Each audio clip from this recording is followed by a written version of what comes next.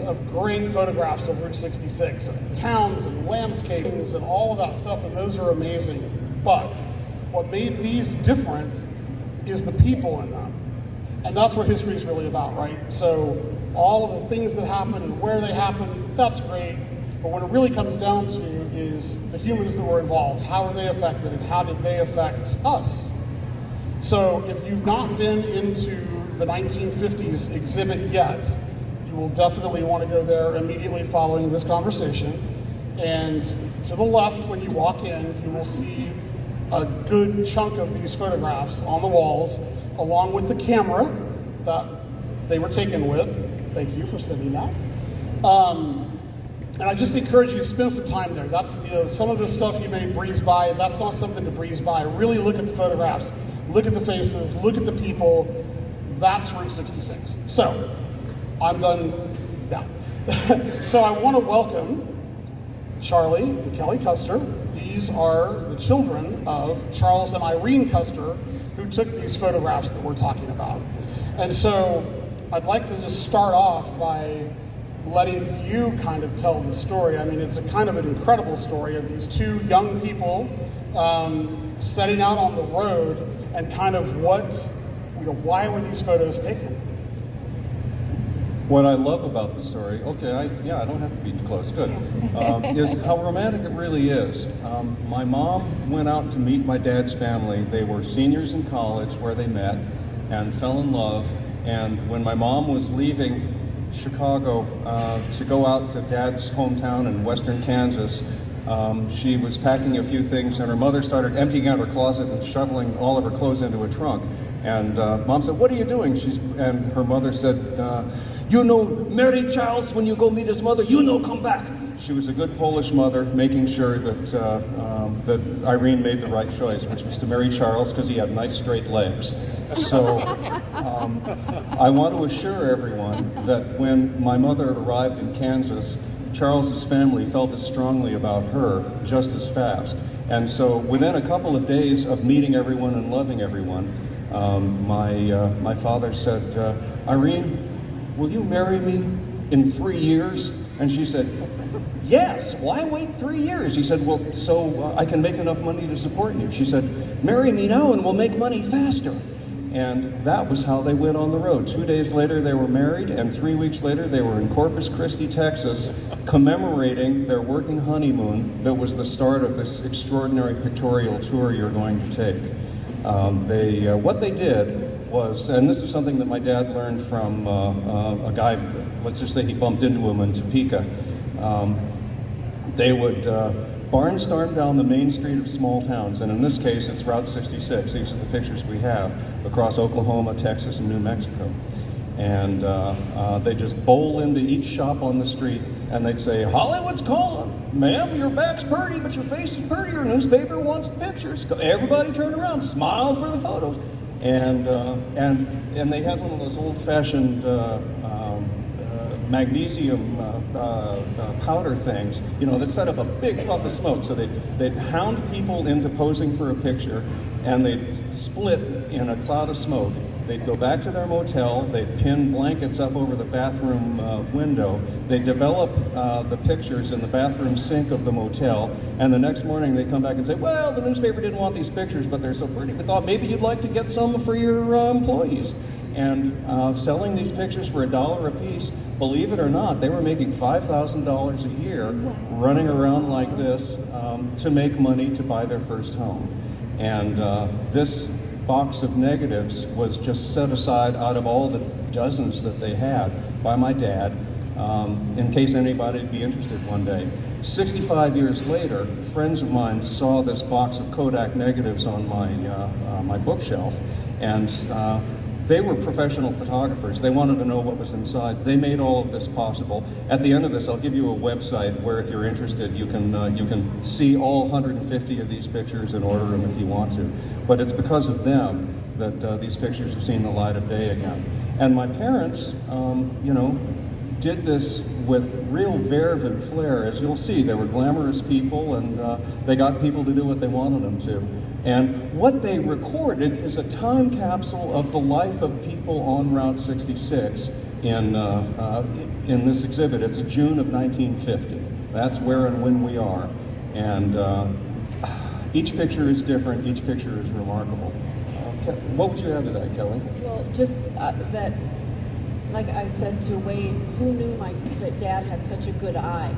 And growing up as a child and hearing the lore of how they bought their first house and how they used to do this, I had in my head, because cameras were still unusual, that they were basically taking headshots because people wanted a picture of themselves because nobody had cameras. And what he did was he took historical archive quality, I think, snapshots of real life and real people in the environment of that era. And I grew up not understanding that my dad had that artistic, I don't know, this artistic side to him that captured a quality, a time of life. So that's, the main thing that comes to mind. Yeah, I think you kind of touched on something there in that exchange that I think is one of the most, if not the most fascinating thing to me, which is, you mentioned his eye, his creative eye. So obviously, one element of these photos is that they're technically perfect. I mean, they're beautifully composed, sharp. I mean, everything about them is great. But obviously, your mom was the one working the crowd, because those people don't line up like that. I mean, a lot of people, if somebody walked up here right now with a camera and said, okay, who wants to have their picture taken? How many of you would raise your hand? I mean, nobody, right? So these people look as happy as they could be to be standing there for this photo with this giant flash explosion that takes place. And so I'd be curious to hear about, what was it about your mom in particular that enabled her to kind of rally these people and get them set up, and the smiles on the face and all of that? It's self-evident when you know my mom. She was a glamour girl, and she was also a very nice girl. And my father, who was a hustler, such a hustler he became a successful lawyer, really respected her hustle. She was good. And she would just jolly people along at their level, and she had an instinct for finding the level. So unfortunately, the selection of pictures you made doesn't include my mother. In several cases, and again, this is a reason to go to the website and see more of the pictures. In just a few cases, she's sitting at the counter as one of the people being served. And I just imagine, I never knew this while she was alive. I never thought about it. Didn't see the pictures until after she died. But I'll bet that sometimes people were reluctant, didn't want to go along, and Irene said, we're not going to steal your souls here, folks. It's just a picture. Here, I'm going to go sit down and join them. Okay, Charles, go ahead. We're all just sitting here slurping our sodas, aren't we?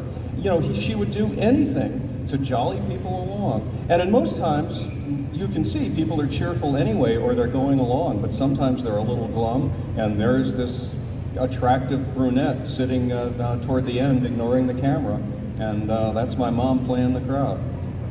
She was good, and one of the reasons Charles's pictures are so technically perfect is you'll see this big bulky box camera. It's a very simple camera, but it takes negatives that are this big, enormous negatives compared to the 35 millimeter we're used to, and it has a tiny little lens, so it has a deep depth of field, everything's in focus, and the negative contains all the detail that's lost in the grain of ordinary film. So, and this is just happenstance. Dad didn't set out to be a photographic artist, but the documentary quality is extraordinary. One of the things that strikes me in the pictures is how relaxed everyone looks, how natural they look. It does not look posed. They're in their element, and they're kind of smiling, and and that really comes through, that this is just a real snapshot of life, pun intended. And I think, the stories that I grew up hearing is that my dad had to really kind of work himself up, for each, not to be crass, but the way Mom said it, he would sit in the car, I'll just say, clearing his throat over, like revving himself up to, get in there. And I think I kind of pictured him being the first one to march in, going, all right, everybody, Hollywood's calling, like the authority and then getting backed up by the attractive, sparkly, vivacious woman who engages everybody and puts them at ease, and and made it happen. Yeah. And it's all boom, boom, boom. They're just going Boom, down the boom, street. boom, right. The next day they show up, Right. sell the pictures, and get out of town. Oh, and we might mention that at 11 o'clock today, there was a fascinating presentation on the Green Books, which were written. Oh, yeah, she presented. It's really very interesting, and her books are for sale here. This is a guide for Black people going across America, more safe places for them to stop, so that they wouldn't have as many, unpleasant possible experiences. Well, for door-to-door salesmen, many towns had, you've talked about the sunset towns where blacks had to get out of town before sunset. Many towns had a sign on the border of the town saying, Green River Ordinance enforced. This Green River, Wisconsin, basically found a shorthand way to ostracize salesmen who were a nuisance. They just banned door-to-door selling. Now, that didn't mean that they would stop every car entering town and see if there were salesmen in it. It meant that there was an easy ordinance to bust people for if people were a nuisance. So my parents always had, they were going through Green River towns. They would just try to go in, get the money, get out, on down the road. And they knew how to do it. So I think something's really interesting too. The first time we talked, so I called Charlie and I'm saying, I really desperately want to use these photographs. What am I going to have to do this? And I think we ended up on the phone for about an hour. Yeah. As you might be able to tell, neither one of us have a hard time chatting. But one of the things that I found, because the story that I read in the Chicago newspaper didn't really present the whole story, so there was a lot left for you to fill in your own mind. And so I don't know what it says about me necessarily, but in my mind, it had the nuts and bolts of it. Here, it was this year, and they got in the car, and they did the picture, and here's, in my mind, it was this very romantic, story. They got in the car, they want to spend time together, and they go and meet all these wonderful people, they take these photos. So when I started talking to Charlie, I bring this up. It was to make money. Well, and that's it, exactly. So, I have this very flowery story in my mind, and then I start talking to Charlie, and he's like, oh, no, that's really not it at all. So that was level one of shock and amazement at how that went down. But the second thing was, you look at these photographs, and again, they're absolutely beautiful photos and very well taken. And so I said, man, you guys must have had the greatest childhood photos of anybody in the world. Like, you've got to have the greatest documentation of your childhood. And he said, well, not really. I mean, once they finished taking the photos and they opened up the TV repair shop, that was pretty much it. And I was like, well, surely you took photos. Someone that could do that surely continued to take photos. And your answer was? Well, my mom bored us all crazy taking Super 8 movies of every dumb thing that we ever did. And no one ever looked at the movies again. That's not true, but we tried not to. But fascinating. The fact that he's an artist. Whether or not that was his main bent in life, that is what he was. And I just find it, as a creative person myself, I find it amazing that it was really an ends to a means. It was like, okay, goal accomplished. Next step, TV repair shop. And I really should add that Dad wanted to become a street photographer for an overwhelming motive. It was to meet girls.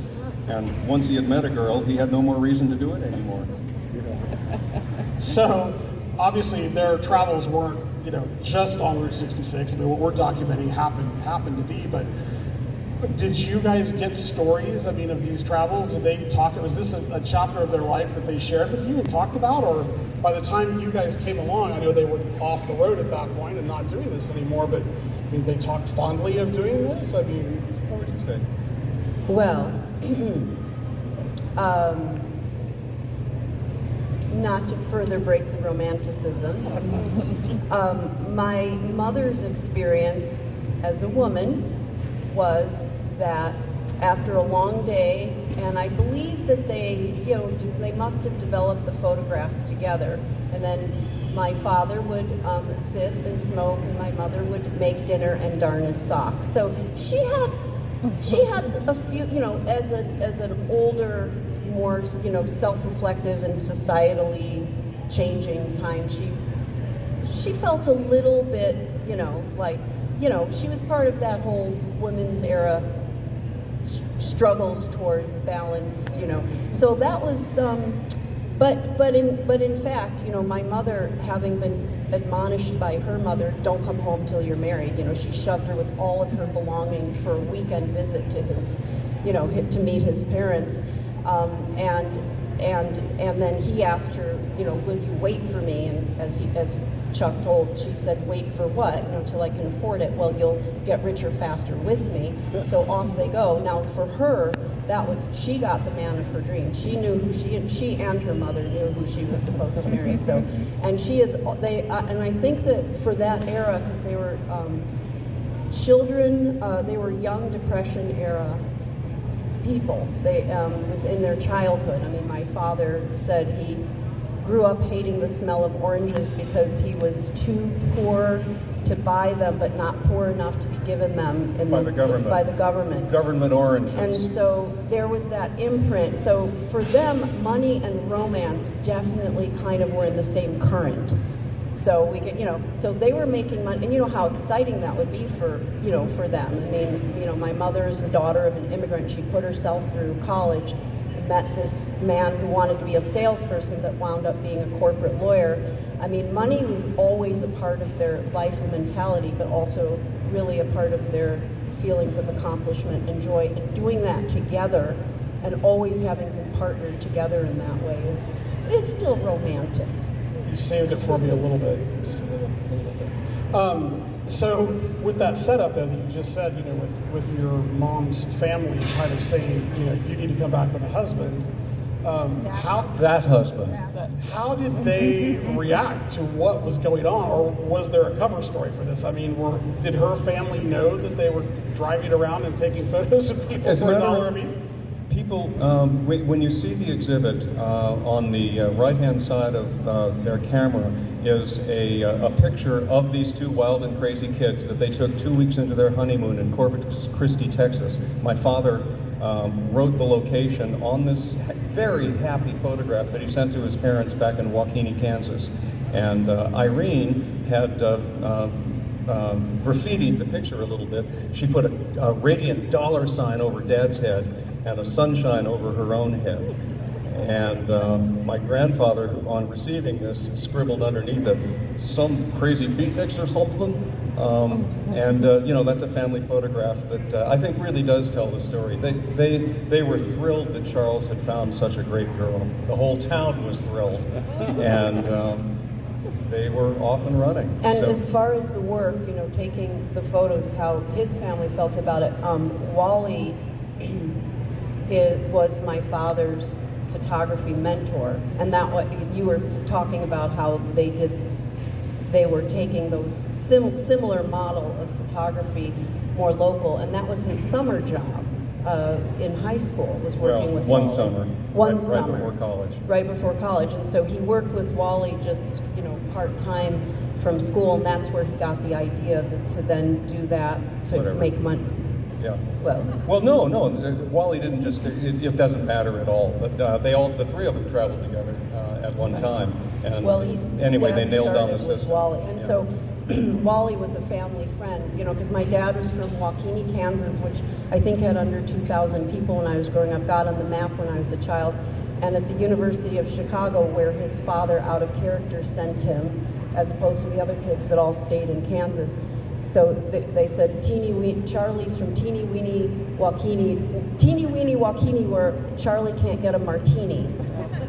And that was, so they knew Wally from that, that kind of small community thing. So I think that the model it wasn't like this, something he had invented on his own, It was quite disreputable. In fact, the family lore is Charles came back from Topeka and proudly announced to his mother as she was making his bed that he decided not to go to college after all, thinking that she would have a meltdown and there'd be a huge family scene, and boy, wasn't this dramatic.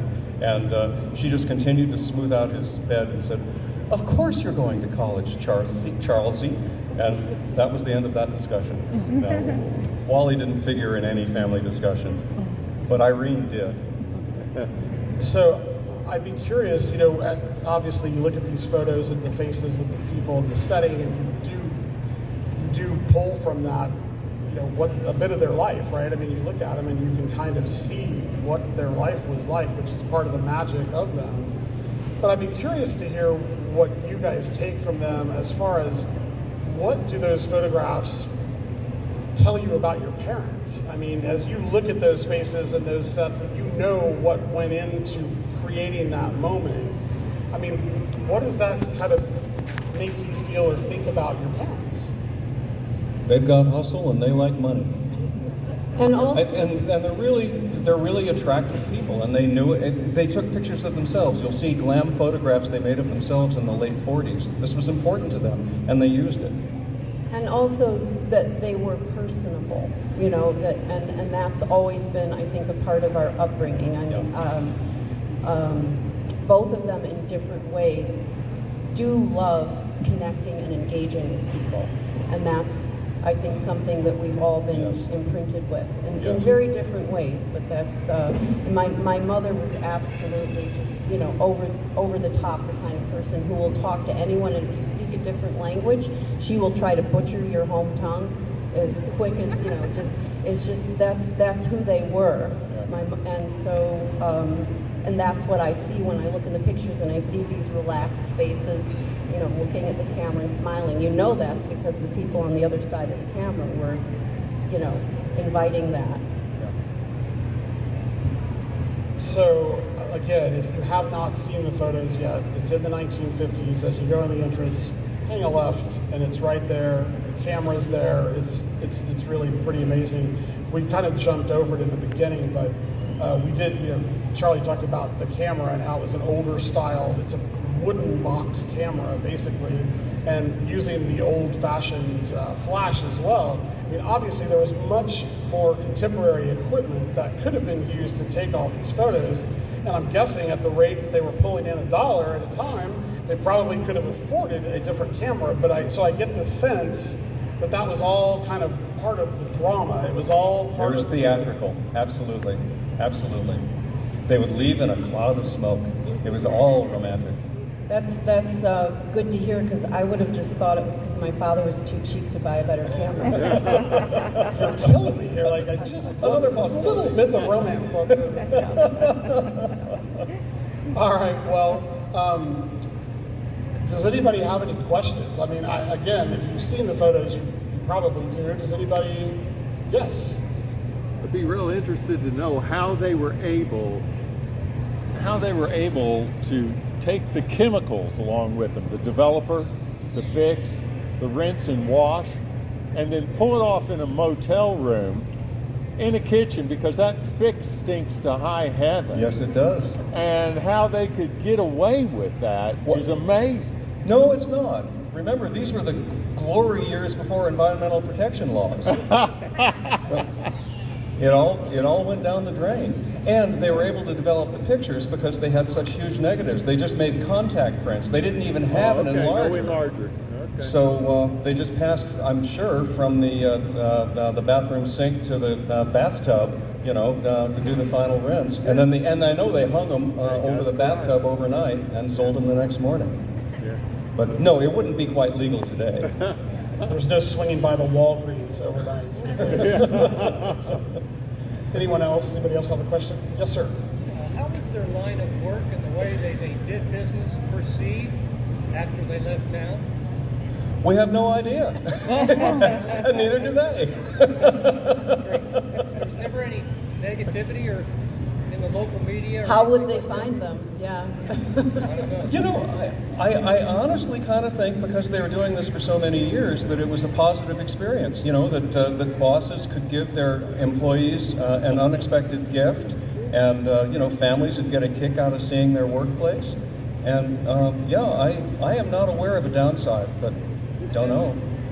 Yeah, I feel like it'd be a nice experience. Somebody comes in, they take a picture of your place, the pictures turn out nice, you can buy them for yourself or gift them, and these people are pleasant, off they go, and it's, And you didn't have to buy them. It was no pressure. They were fine with it either way, and they still had the pictures. And I'm sure some of the people we see didn't buy their own pictures, but that's fine. And the the 150 photos that's in the collection now, is that all that you've been able to find? That's all that still exists. It's one, what we thought was a random box, but I suspect that Charles set that one aside, my dad, because he probably thought the 66 run was kind of special. And then he'd completely forgotten that. I know he didn't tell me what was in it. Yeah. I think. Oh, and I should, this is a good time to say, I hope that Wade will be able to put up the website on the display so people can see all 150 pictures online. I hope we can arrange that, but I will give anyone the address.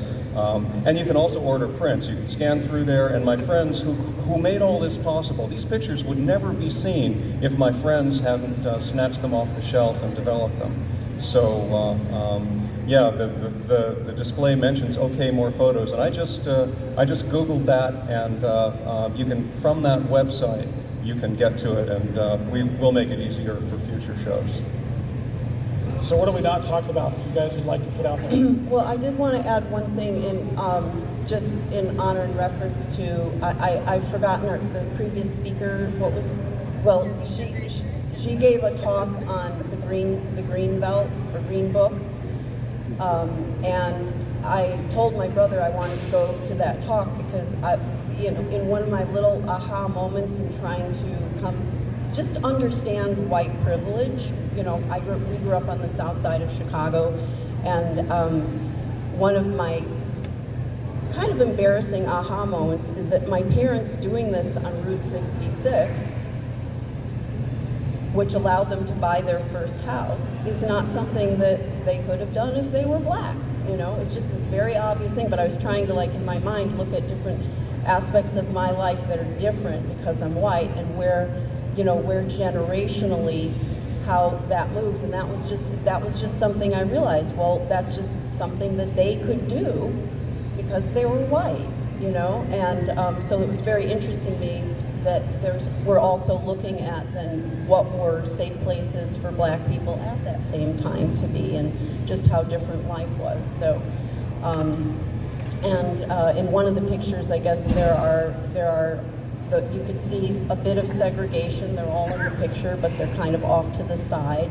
And it's just, these are just all really important historical things to have in our awareness now. Yep.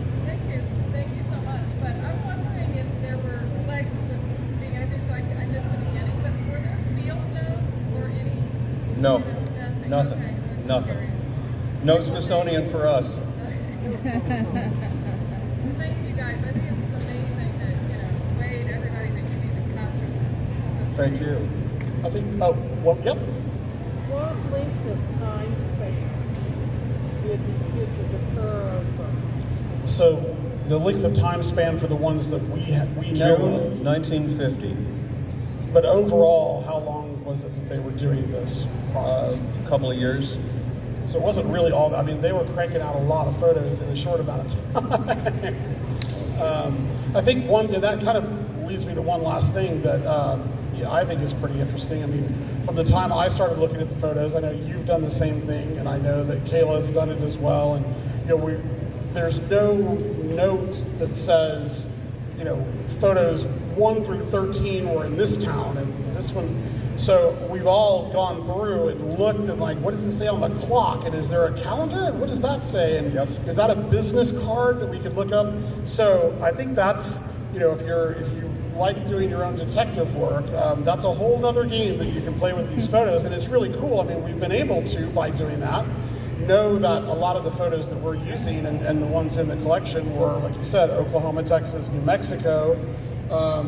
But it's pretty fascinating. Again, it's like he held on to this one piece, just as this throwback, but it's fascinating that it wasn't ever set up to be that Easter egg for you. It's just like, we'll just hang on to this. And it wasn't like, hey, look, there's one box left. I've saved it. I want you to keep it for posterity. Well, the closest thing I remember now, I picked the box up once and I said, Dad, what's this? He said, oh, that's from photography days. Think I should throw it out? I said, no, let's keep it around. Who knows? And that was 40 or 50 years ago. And we did talk about it, so I thought, no, let's, what the hell? And that's why I took it with me when, the house folded up and he went into retirement. Well, I'm very grateful that one of them survived. I'm really grateful that I was able to track you down. Thank you to the writer from the Chicago newspaper that did the article. And again, just thank you guys so much for sharing the story. It's an incredible story. Thank you for sending such a delicate artifact from your family's history to me. When that box arrived, I've never breathed a bigger sigh of relief in my life than when I opened it up and I was like, it made it. And you emailed me and I was like, yeah, it's here. So now we just got to get it back to California. So again, thank you guys so much for sharing the story. Please go take a look. If you've already seen the photos, I would encourage you to go look at them again. You might see them a little bit differently now than you did before. So thank you, Kelly, Charlie, for being here. And thank you guys for coming and listening. Thank you so much.